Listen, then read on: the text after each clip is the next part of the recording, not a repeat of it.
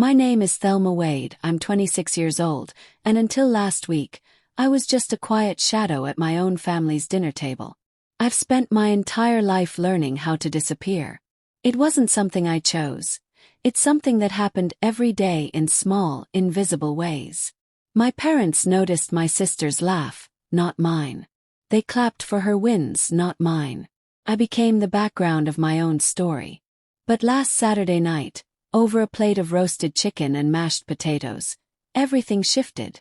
The dining room smelled like home, herbs, gravy, and that faint lemony scent my mom loves to spray before guests arrive. But there were no guests that night. Just the five of us. Dad at the head of the table, Mom to his right, my sister Tonia scrolling on her phone with a self-satisfied grin, my younger brother Ronald picking at his food, and me, sitting quietly as usual. We ate in that familiar, uncomfortable silence. The kind where the clinking of cutlery feels louder than words. My parents never liked long conversations at the table, unless it was about Tonia's streaming career or Ronald's latest baby of the family moment. I was used to being quiet.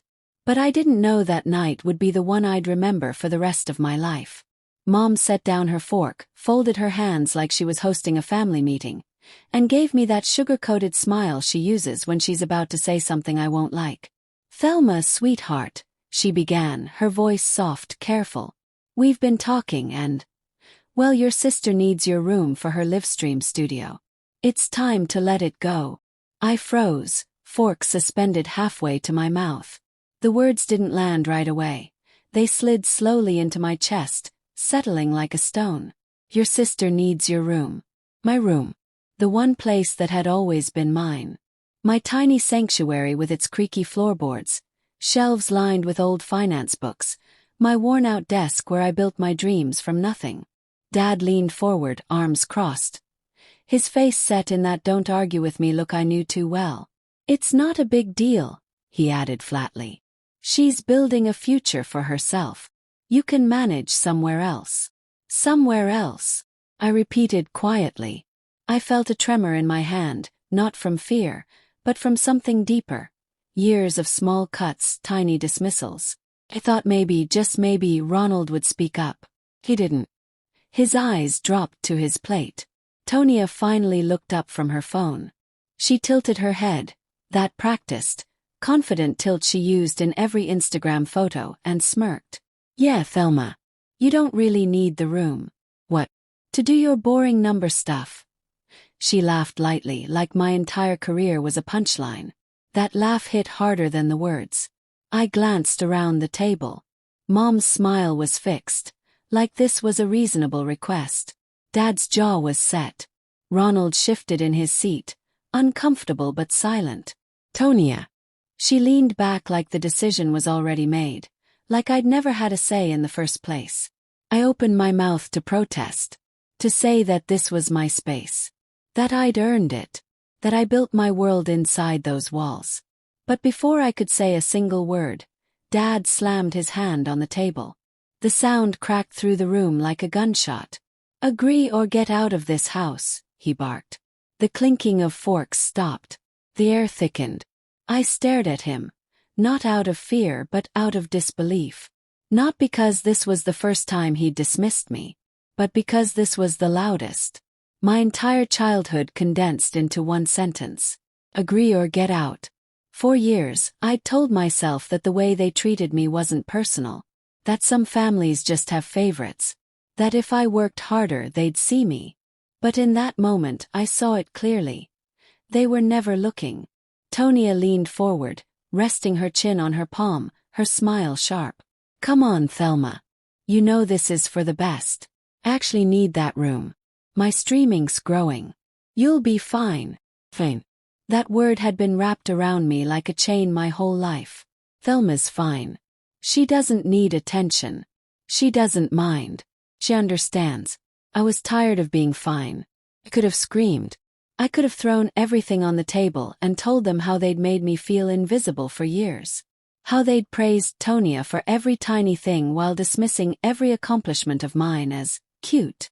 I could have listed every time they ignored me, every time they took without asking, every time they made me small. But I didn't. Instead, I smiled. Slowly. Deliberately. A smile that didn't reach my eyes. A smile that made my mother's eyebrows pinch together, my father's jaw tighten, and for the first time that night, made Tonia's smirk falter just a little. They didn't know what that smile meant. But I did. It wasn't defeat. It was clarity. I laid my fork down gently, the sound of metal against porcelain crisp in the silence. My pulse slowed. My voice, when it came, was calm. "Let's finish dinner," I said. It wasn't what they expected. Mom blinked, confused. Dad's eyes narrowed. Tonia laughed like she thought she'd won. But Ronald looked at me. Really looked. His fingers tapped nervously on the table, like he could feel something shifting too. He didn't speak, but he didn't need to. That flicker of uncertainty in his eyes told me this wasn't going to end the way they thought. We ate in silence after that. Mom made some small talk about Tonia's upcoming stream. Dad grunted in approval. Tonia bragged about a new brand deal. Ronald just poked his potatoes. I watched them. Really watched them. The way they existed in their little orbit that never once truly included me. And yet, this time I didn't feel like the quiet one at the edge of their world. I felt like someone standing at the start of a line. Beginning. As I cleared my plate and stood to leave, I glanced back at the dining room. The light over the table cast a soft glow over their faces. For years, this room had been where I'd sat in silence. That night, it became the place where my silence changed. Because here's the truth no one at that table understood. I didn't need to fight to prove my worth. I had already built something none of them even knew existed. I wasn't powerless, I was just quiet. And quiet people can build empires in the dark. That night I closed the door to my room, the room they thought they could just take. And for the first time in my life I smiled, not because I was trying to keep the peace, but because I finally saw the storm I was about to bring. They thought this was the end of my space. They didn't realize it was the beginning of my story. When I was 15, I learned something my family never bothered to notice. Silence isn't weakness. And space is where plans are built. The night they told me I'd lose my room, I didn't cry. Not one tear. I sat cross-legged on the floor, back against the wall, surrounded by the quiet hum of my laptop and the faint scent of lavender from the candle I always burned when I worked late. That tiny room was more than 4 walls. It was the blueprint of a future I'd built alone. My parents thought I just played with numbers. They never understood that the spreadsheets, late-night calls, and stacks of sticky notes weren't hobbies. They were bricks, foundations, a structure no one could see but me. That night, I opened the drawer under my desk and pulled out the black notebook I'd kept hidden for years. Inside were sketches, timelines, revenue charts, strategy notes, the kind people thought only important people made. Page after page, it told a story they'd never read. How I started freelancing financial consulting at 19 under a fake agency name because no one would take Thelma Wade seriously. How I built silent partnerships with small online brands who didn't even know I was younger than most of their interns. How I invested my first $500 in micro e-commerce and turned it into $12,000 by 23. They were busy praising Tonia's followers. I was busy owning things. Quietly, I ran my finger over the heading on one page. Phase 2, Expansion. I'd written it a year ago, but never had the reason to set it in motion. Till now. I glanced around the room. My books were stacked in uneven towers, my whiteboard crowded with formulas and projections. The desk lamp flickered slightly. The air was heavy, not with sadness, but electricity. Tonia thought taking my room would make her world bigger. She had no idea that forcing me out of it would set mine on fire. I opened my laptop and unlocked the folder labeled Vault. Inside were files most people wouldn't believe belonged to someone like me. LLC registrations, brand mockups, revenue dashboards, quiet streams of income flowing through corners of the internet they'd never bother to look at. I whispered the words out loud like a promise. For years, I'd convinced myself to stay small to keep the peace. Every time they overlooked me, I let it go. Every snide remark, every dismissal, every "you'll be fine." But when you feed silence long enough, it grows teeth. I grabbed my vision board off the wall. It wasn't one of those pretty Pinterest boards with cut-out quotes and glitter. It was raw. Dates, goals, milestones. Each one checked off except the last. Step into the light.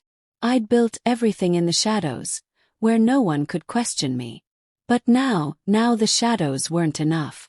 If they wanted to push me out of my room, they'd get exactly what they asked for. A version of me they couldn't ignore. I packed my things in silence, not because I was sad to leave, but because every item I folded into that box wasn't just a belonging. It was a blueprint. The old laptop, the notebooks, the file binders. My secondhand microphone from when I first started hosting those anonymous finance streams that no one knew were mine. Each thing carried a piece of the empire I had built brick by brick, unnoticed. And then I looked at the mirror above my dresser. For years, it had reflected the quiet girl in the corner, the one who didn't speak up, the one who blended in. But that night, I didn't see her. I saw someone who knew exactly what she was capable of. Someone who didn't need their permission anymore. I whispered to my reflection, low and steady. I moved the boxes to the small attic space above the garage, the only part of the house Tonia had no interest in. The air up there was warm and dry, the single bulb flickering like it didn't want to be bothered. But to me it felt like freedom. The attic didn't have walls lined with posters or fairy lights. It had rough beams, creaky wood, and a single window that opened to the night sky. It was imperfect, but it was mine because everything great starts somewhere small and quiet. I plugged in my laptop and watched the screen glow against the dark. The house downstairs was silent. Tonia was probably already planning where to put her neon signs and ring lights. Mom and Dad were probably congratulating themselves on supporting her dreams. Let them. Because while they were busy talking about content, I was preparing to build a legacy. I started sketching on my tablet the next phase. New site. A new brand identity. Something that would carry my name in the open. No more faceless projects. No more staying in the shadows. For years, I'd taught myself how to move like a ghost. But now I wanted the ground to shake when I stepped forward. I worked until my fingers ached. Hours passed like seconds. The glow of the laptop was the only light in that small attic, but it was enough. And somewhere between the second and third blueprint, a strange calm washed over me. It wasn't revenge that fueled me. It wasn't even anger anymore. It was clarity. They took my room. But they handed me the spark I needed to light the fuse on something far bigger. I leaned back in my chair, stretched, and let out a quiet laugh. It wasn't loud, but it was real. That night, the house slept like nothing had changed. But in the attic, above their heads, I began constructing an empire piece by piece. The kind of empire that doesn't just make noise.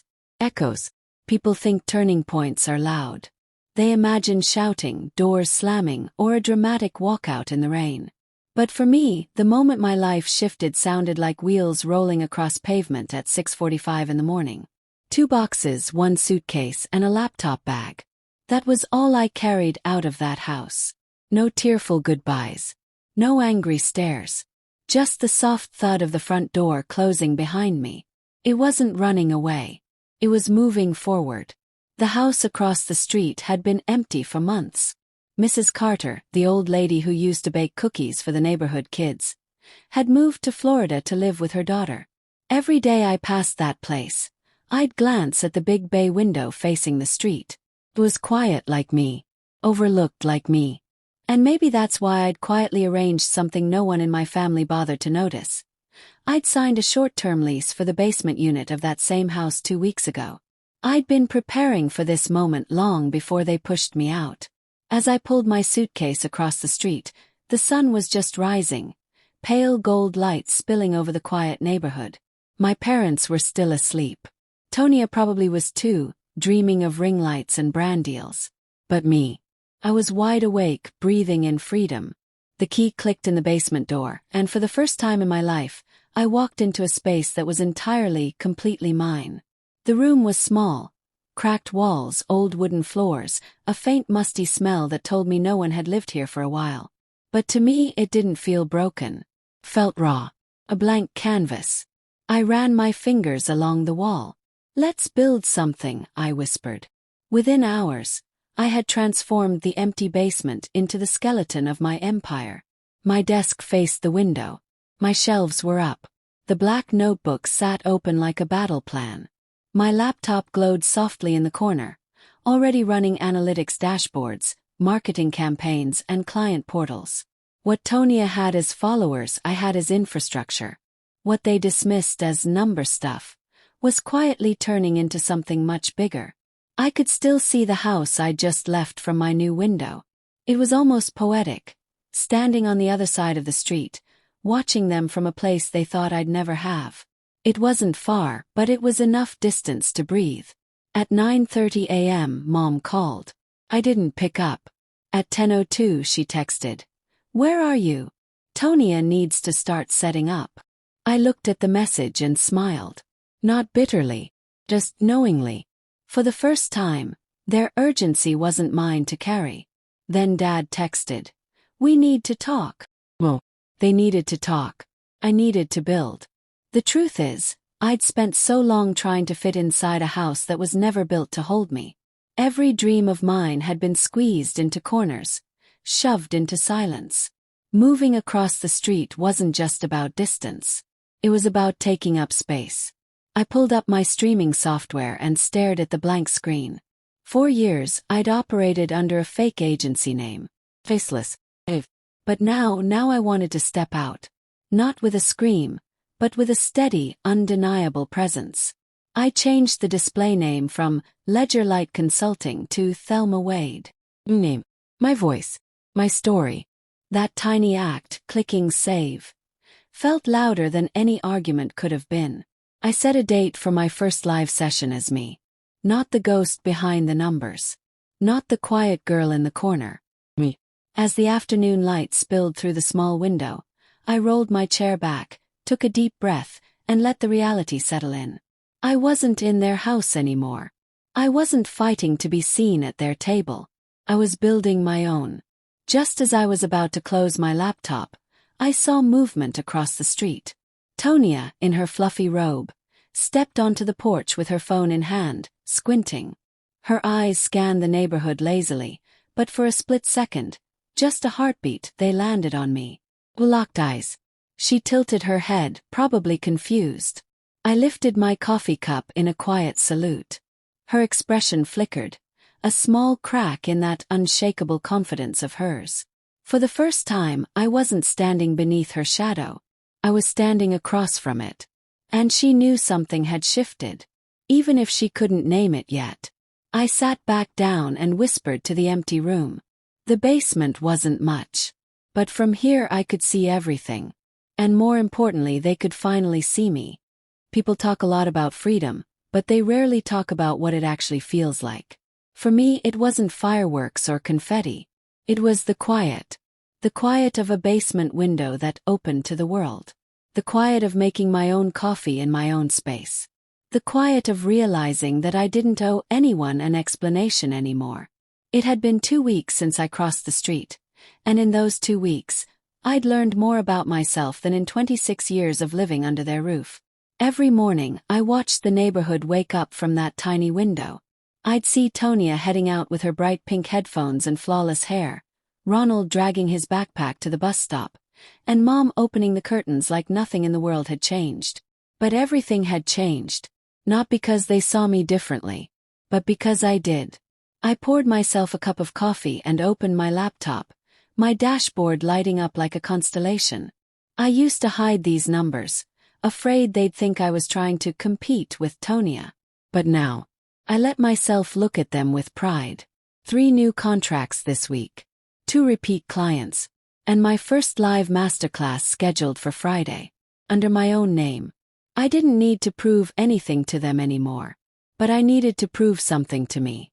When I launched my first anonymous projects years ago, I kept my wins quiet because I believed their silence was my limit. But the truth is, silence was just my launch pad. I leaned back in my chair and stared at the numbers again. They weren't just digits on a screen. They were proof. Proof that I had built value even when no one was looking. And value, I was starting to realize, isn't about who claps for you. It's about what you bring to the table, whether they see it or not. That Friday, when I clicked Go Live for the first time as Thelma Wade, I wasn't sure if anyone would show up. My heart was beating hard enough to shake my chest. For years, I'd been the invisible girl in the corner. What if I still was? But within minutes, the counter climbed. 10 viewers. 20. 100. Then 500. They weren't here for Tonia. They were here for me. My voice was steady when I spoke. I was quiet. Not because I had nothing to say, but because I was busy building something to say it with. The chat blew up with messages.